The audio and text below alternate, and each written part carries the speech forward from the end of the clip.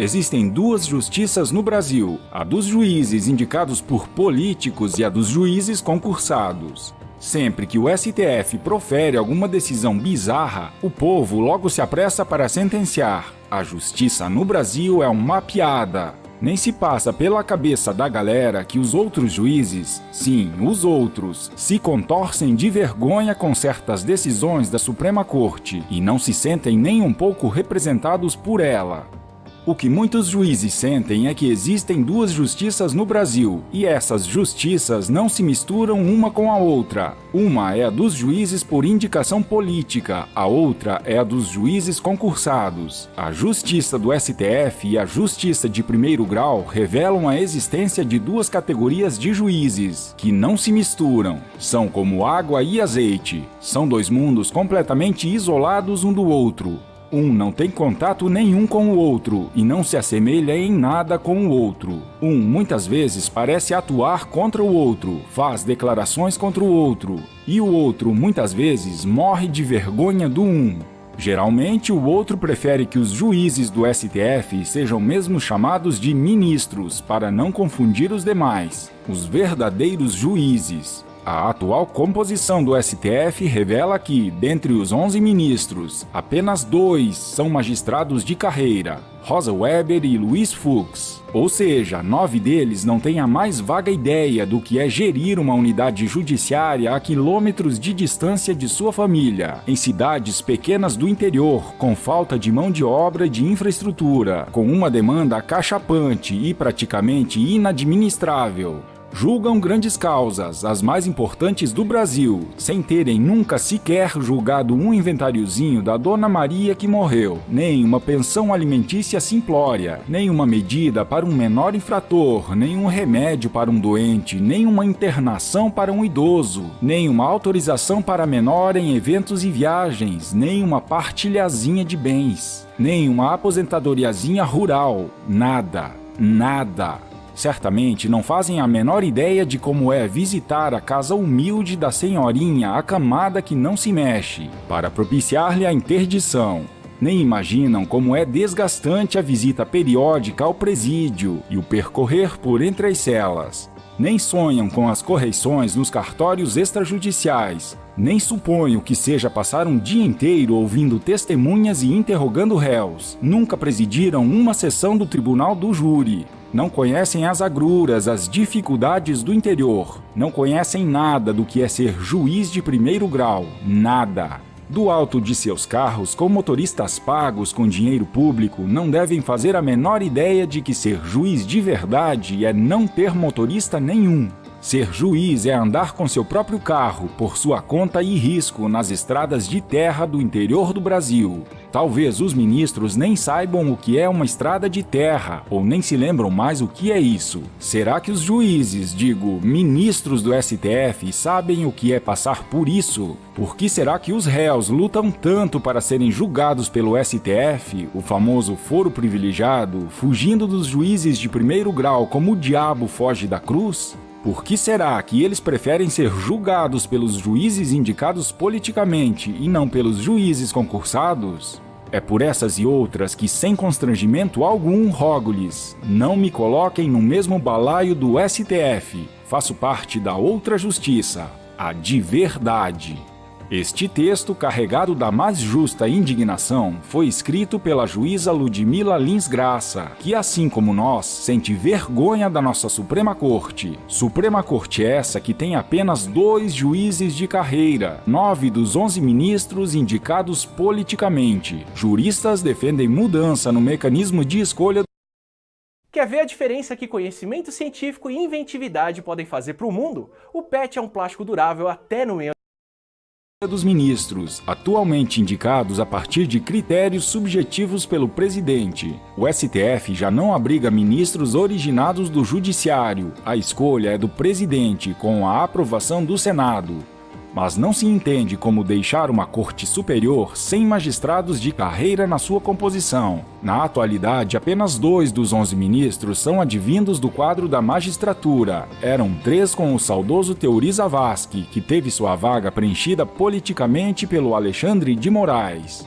Quando surge uma vaga para compor o STF, a imprensa e os parlamentares apressam-se em descobrir os preferidos dentre os políticos, desconsiderando o fato de que a corte é uma casa de magistrados. Afinal, são 27 tribunais, mais de 15 mil magistrados, e o STF é formado por bacharéis, professores, procuradores e menos de 20% procedentes da magistratura. O ex-presidente Fernando Henrique, em 2002, nomeou Gilmar Mendes, advogado-geral da União. Na época, o professor Dalmo Dallari escreveu na Folha de São Paulo: "Se essa indicação vier a ser aprovada pelo Senado, não há exagero em afirmar que estarão correndo sério risco à proteção dos direitos no Brasil, o combate à corrupção e a própria normalidade constitucional."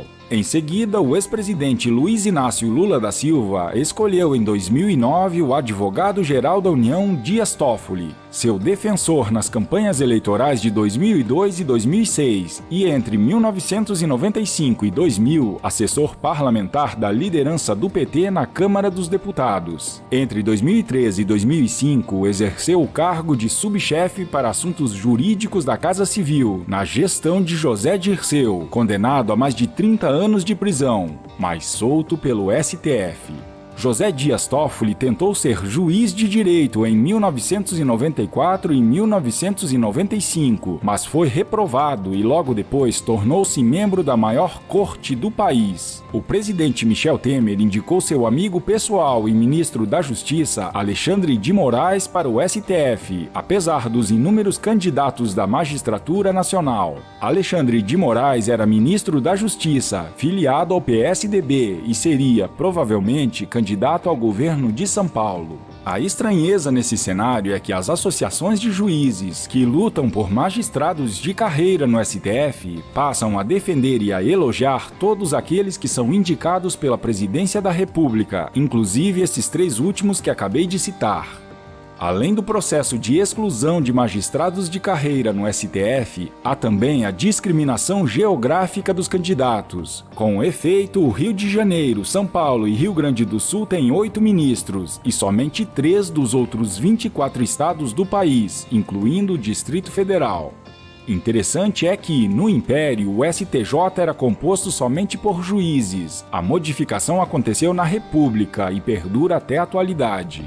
O fato de o juiz de carreira distanciar-se do poder político causa-lhe discriminação, exatamente porque compete a este grupo fazer a escolha e recai normalmente no nome de um político ou alguém bem próximo de quem indica. Não mais se valoriza a carreira de magistrado que dedica toda a sua vida aos julgamentos, conhece as pequenas e as grandes comarcas de seu estado, adquire significativa experiência de vida judicial, quando pratica diligências inerentes ao cargo, ouve testemunhas, partes e advogados, prende e libera, condena e absolve pessoas. Tramita no Congresso Nacional há mais de 6 anos uma PEC. Trata-se da PEC 43409, propondo a criação de regras objetivas para a escolha dos ministros. De acordo com a proposta, cabe aos ministros do STF indicar 6 nomes, enviados ao presidente da República, que escolhe um deles e submete ao Senado, que decide através do voto de 3/5. Peço desculpas pela explanação longa, mas ela é necessária para entendermos o motivo pelo qual o alto comando do Exército mandou um recado simples, direto e implacável na última tentativa de golpe do STF, que foi o fator decisivo para a decisão do presidente Toffoli de barrar a ordem de Marco Aurélio, que visava libertar quase 170 mil criminosos, incluindo o ex-presidente Lula. Não há nenhuma dúvida de que algo está mudando depois da eleição de Jair Bolsonaro. Vitorioso com mais de 10 milhões de votos sobre o candidato petista, o presidente eleito, ao escolher vários militares de alta patente para compor o seu governo, deu o tom da mudança. O recado parece dizer que, daqui para frente, o modelo petista de gerir a coisa pública, baseado exclusivamente na corrupção, não será tolerado. Depois de anos de roubalheira, garantida por decisões mantendo a impunidade dos corruptos, o país acordou e o fez sob a ameaça de trazer os militares de volta ao poder.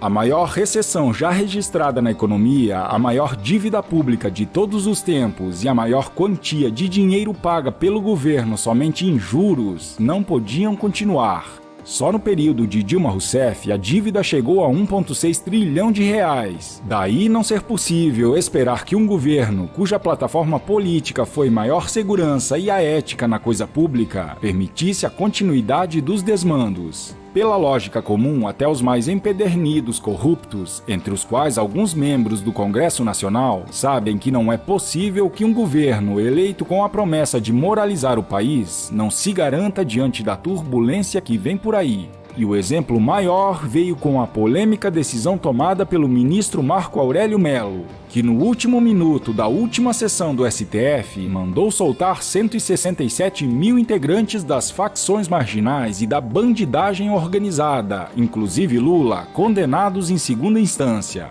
A repercussão negativa foi tanta que o alto comando do Exército se reuniu por meio de videoconferência para saber que atitude tomar. Embora o teor da reunião não tenha sido divulgado, o recado foi claro: ou se caça a decisão pela própria justiça, ou a caçaremos pela força. Os militares expuseram sua insatisfação diante da tentativa de se desestabilizar o novo governo por meio de uma liminar lançada à indignação nacional. Segundo os procuradores da República, a libertação beneficiaria os criminosos de colarinho branco e colocaria em risco a Lava Jato e as delações premiadas, além de consagrar a impunidade.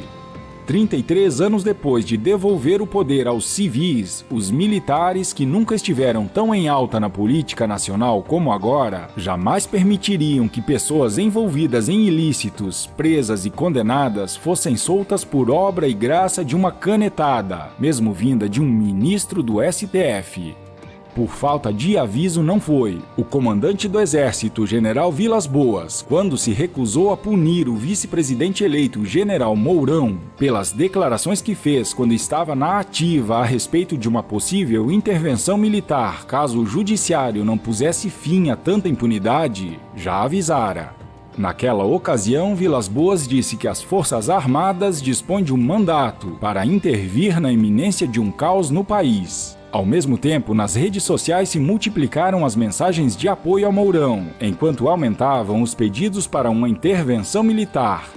Naquela ocasião, a fala do comandante do Exército foi apenas um aviso. Já a cassação da liminar de Marco Aurélio por imposição do alto comando foi um claro e velado recado. Tem muita gente achando que não haverá intervenção militar porque a comunidade internacional não permitiria. Isso é um erro. Ninguém protege um país de mais de 200 milhões de habitantes apenas protestando contra possíveis violações dos direitos humanos, o que já é o caso há 40 anos. O máximo que poderá haver caso os militares tomem o poder seria apenas alguns protestos, e nada mais. Os militares não desejam intervir, mas não aceitam a corrupção como um dos princípios fundamentais de nossa administração pública. Tampouco aceitam a impunidade garantida por alguns dos ministros de nossa mais alta Corte de Justiça. Não permitir que os corruptos assumam os cargos mais importantes da nação já é um consenso. Se isso não bastar e os generais resolverem colocar os tanques nas ruas, só Deus sabe o resultado. Recados não faltam, basta apenas ouvi-los.